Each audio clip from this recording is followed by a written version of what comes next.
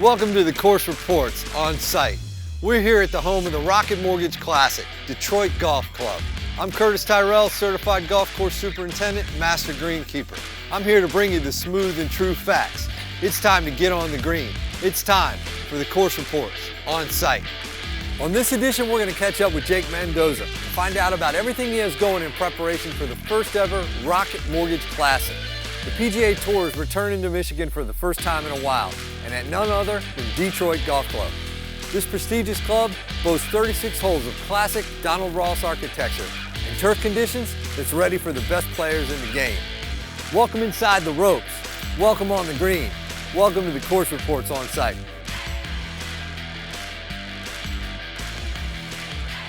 So Jake, the Rocket Mortgage Classic is right around the corner. How are you feeling? I'm excited. We're 34 days out and we're ready. It's a long ways away and there's a lot to get done, but it's going to come up on us quick. Brand new tournament on the PGA Tour. I mean, tell us about how that all came to be. Yeah, we're brand new. Event just came about last fall. We came to an agreement in September. We're filling a spot in the tournament calendar that they were looking to get into the Midwest and expand their footing there. So we're a perfect candidate to start this new Midwest swing. So when you came on board, you were inheriting, a golf course that had been managed historically the same way for a long time.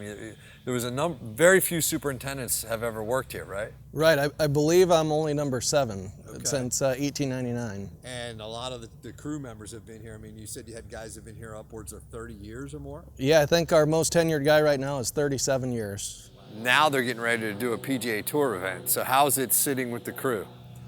They're cautiously optimistic about it. They're nervous, but they're excited at the same time. Right. It's all new to them. I've been trying to make a few changes here and there as I came on board, so it doesn't really feel like too daunting of a task. It just feels like another change that I'm asking them to make. Well, the real thing I think that needs to be noted is the urgency in which we had to do it. The tournament was kind of dropped on us in a very quick fashion. Right. So most places I hear get years to prepare, and we had less than a year. So the coolest thing was seeing how fast things can really get moving. And in terms of the grass, we're looking around, and you're teaching us all what you have going on. You've got it in a great spot. Do you feel like you'll be able to throttle it up, down, and whatever the PGA Tour asks of you? Absolutely. We've got a ways to go to get it conditioned for the tournament. Yep. We're just starting now with top dressing and grooming and brushing and all the stuff you got to do to build up to tournament week. So we just need some good weather to keep that going. A key practice for fine quality turf grass maintenance is sand top dressing. That's where you put a light layer of sand down on the surface of the putting green or the fairway and drag it in to promote smoothness, firmness, and overall plant health. The sand does a number of things when it comes to the putting surface. Primarily what it does is it breaks down organic matter. So as the plant matures and it deposits organic matter, the sand helps break that up and turn it into a drainable soil medium that you can grow healthy roots in and healthy plants in. So as you can see, this is just a really, really light layer of sand that's just been spread across the surface. And you test how much you want just by roughly dragging it in and rubbing it in like that. And you can see it works into the canopy really nicely and smooths everything out. So you might be wondering why this gentleman is driving a golf cart on the green. He's a highly trained employee of the maintenance staff, and what he's doing is dragging the sand top dressing into the canopy. So after it's been lightly thrown across the top, this carpet-like mat that's being dragged behind the golf cart is brushing the sand down into the canopy. It smooths it out, it firms it up, and it helps maintain the health of the soil profile by breaking down organic matter. People talk about detail management when it comes to golf courses, and you think, trash or broken tees or string trimming around, bunkers or things like that. But one of the details you're seeing here is that he's driving an electric golf cart when he's running this mat around the green. The reason for that is, as he's driving on the green, he doesn't want to have any gas or oil leaks or anything like that. So he's using an electric-powered golf cart to move it in. So this is a high level of detail management again when it comes to putting green maintenance. So Jake, what do you mow the fairways at for regular play? We're mowing at 400 right now. Okay. We lowered that from last year. We also switched up our fairway units. We're using the Toro 3555 now, which is the lightweight 3-wheel unit. Right. And we increased from 8 blades to 11 blades. We're getting a much tighter, firmer fairway surface now. So the more blades on the reel, the finer the cut. Correct. Are you doing anything else? You have any other tools you're using to improve soil health, plant health? Yeah, we're using an organic compost-based fertilizer, and I've piggybacked off of that with molasses and kelp as well in all of our sprays, and really attacking the thatch layer and trying to reduce organic matter in any fashion that we can attack it. So you're using organic poultry manure, molasses, sea kelp. Who would have thought? So what are you going to maintain the rough at for the tournament? For the tournament, we'll start the week at 3.5 inches and grow it out from there. Oh, wow, 3.5 inches. So this could be quite the penalty if you miss the fairway. Absolutely, yes. Yeah, and so the faces of the bunkers are going to be 3.5 inches too? That's correct. And what do you maintain them for regular play? We're 2.5 for regular member play. What's it like having to maintain all these mounds, and what kind of machines do you use to do that? It's a multi-faceted attack. We have fly mowers, which are mowers that have no wheels. They just kind of hover on the steepest slopes. And then the larger Sidewinder mowing on top, above that, staying off the slopes, staying away from all the tight areas. This gentleman is mowing these Donald Ross bunker faces with what we call a fly mower. So using the propulsion of the blades and just sheer energy, it kind of floats across the turf.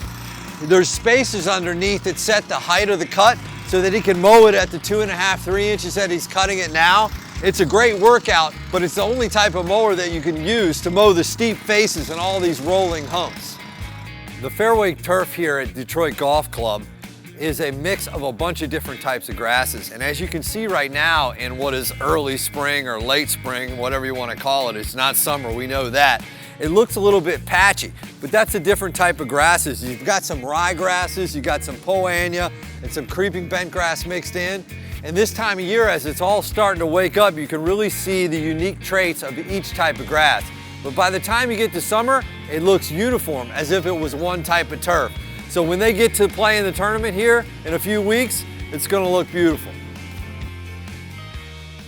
You know, I've noticed throughout the property there's some really unique drainage swales and drainage outlets throughout the property. How does the course drain, and are you concerned at all about a heavy rain during tournament week? I am concerned. The course does drain. It's just a little slow to get the water off of all the playing surfaces. A majority of the system is all the original clay tile that was installed when the course was built. It all functions and flows the way it's supposed to.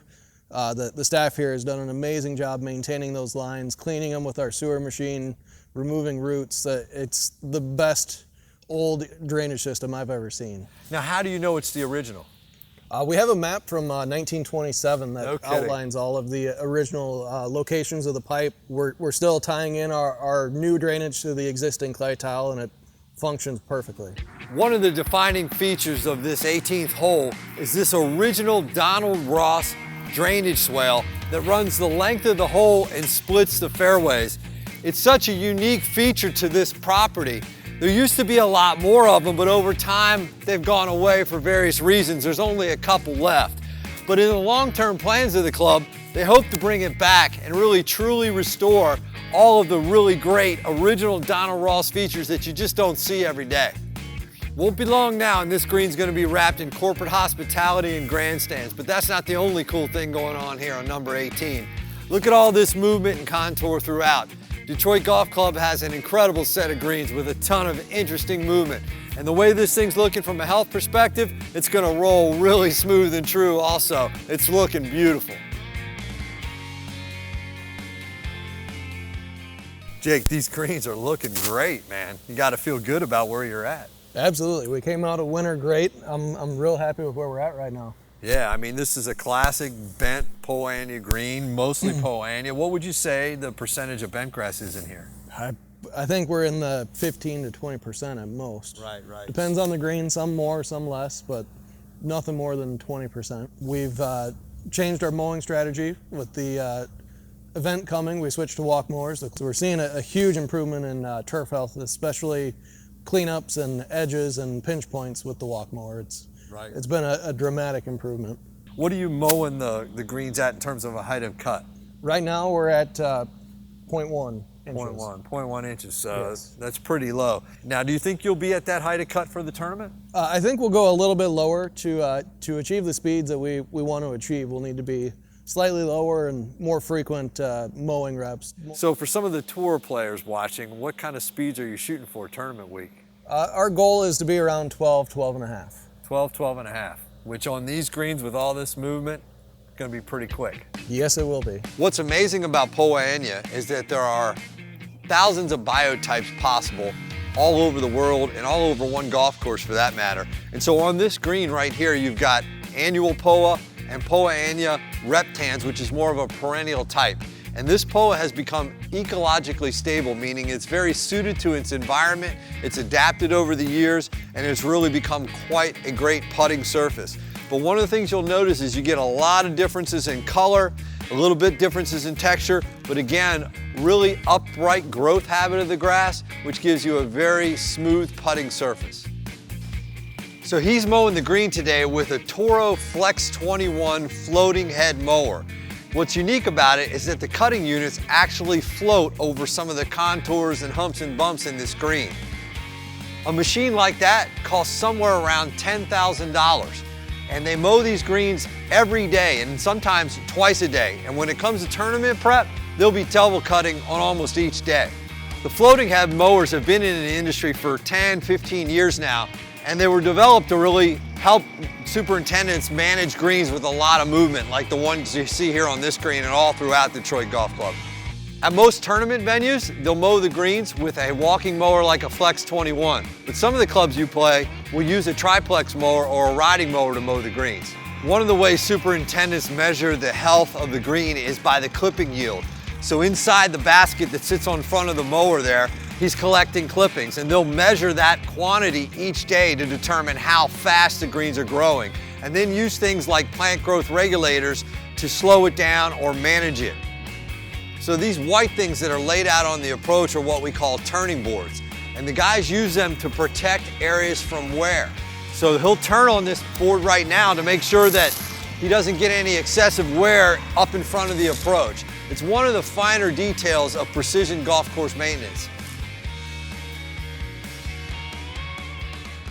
You've got a lot of construction to the golf course that you did to prep for this. You did some tees, you did some other stuff. What was some of the work you did? Well, the process all started about 5 years ago. 2014, they redid the bunkers on the north course, and 2015 added some tees. Last fall, we added 6 new tees just to get the length where we want it. We're going to play about 7,300 yards, a little bit over that. So it was just 6 tees to push it over the edge and make it tour ready.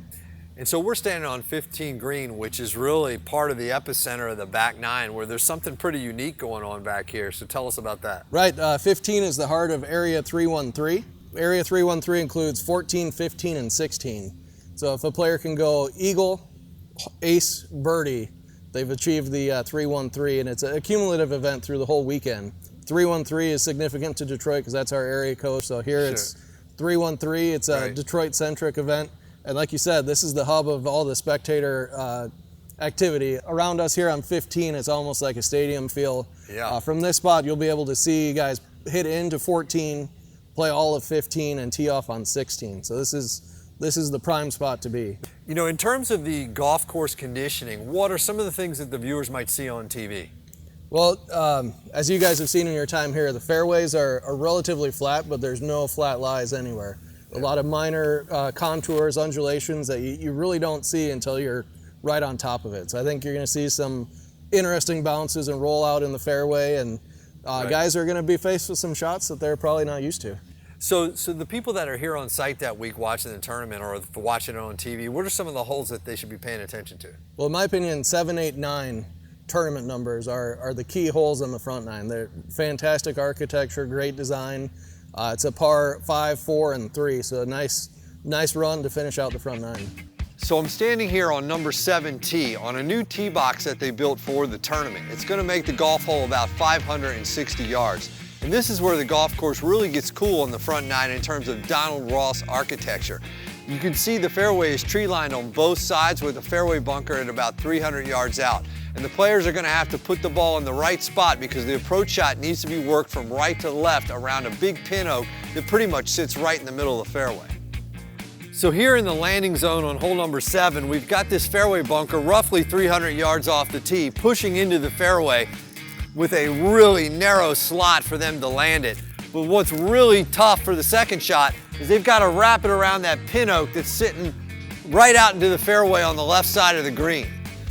So if the players decide not to go for it in 2, they can lay up to this third landing zone that is full of topography. Not a flat lie here, but it does take the pin oak somewhat out of play. So as the players come off of number 7, where they had to work the ball right to left at the approach, here on the 8th hole, they find a 372-yard par 4 with some really interesting topography in the landing zone. So placement of the tee ball is going to be important. Whether you're working it left to right or threading the needle between the big oaks, you've got these fairway bunkers here off the right that could catch that ball and really make your approach shot difficult. And then the topography, once you get out here into the middle of the fairway, is really some of the most unique shaping Donald Ross did back in the 20s. Detroit Golf Club has a great set of par 3s throughout the golf course. But number 9 at 207 yards and slightly downhill, it's a really cool way to finish the front 9. They've got some great historical photos of this hole in the clubhouse, and things have changed quite a bit over the years, but the modern version is pretty cool too. These 3 bunkers behind me, you can't see them from the tee, but they sit in between mounds as you roll up into the green. And the putting surface is full of movement with a lot of fall-offs off the back. So it's going to be a really cool hole to watch and a great way to finish up the front 9. So considering what you have in mind in terms of the conditioning for the golf course, what do you think the pros are going to think of this old classic Donald Ross golf course? You know, I think the pros, they play golf every day, so they've seen old courses and new courses, and I've played all around, and this course stands up to some of the best courses around as far as playability. So I think they're going to have an interesting challenge. Right now we're in a 4-year contract for this event, so Oh, that's great. that's I think that's one of the most exciting things for me. The tournaments that we've worked together in the past was a one-time thing. You look back and like, oh, we could have done this different or improved on that. Right. Having that chance to learn from the first year, make it better the second and third year is really exciting to me. By the 4th year, I hope this will be a no-brainer, you know, fly right through it and not have to think about it. Well, Jake, Evan, and the entire team at Detroit Golf Club are pushing full throttle to the first ever Rocket Mortgage Classic. They've got the golf course tuned up and ready to play. We hope you enjoyed the new perspective to getting on the green. Don't forget to subscribe to our YouTube channel, and please like it and share it with all your golfing family and friends. Be sure to subscribe to the Course Reports podcast on Apple Podcasts or wherever you get your podcasts. Thanks for tuning in.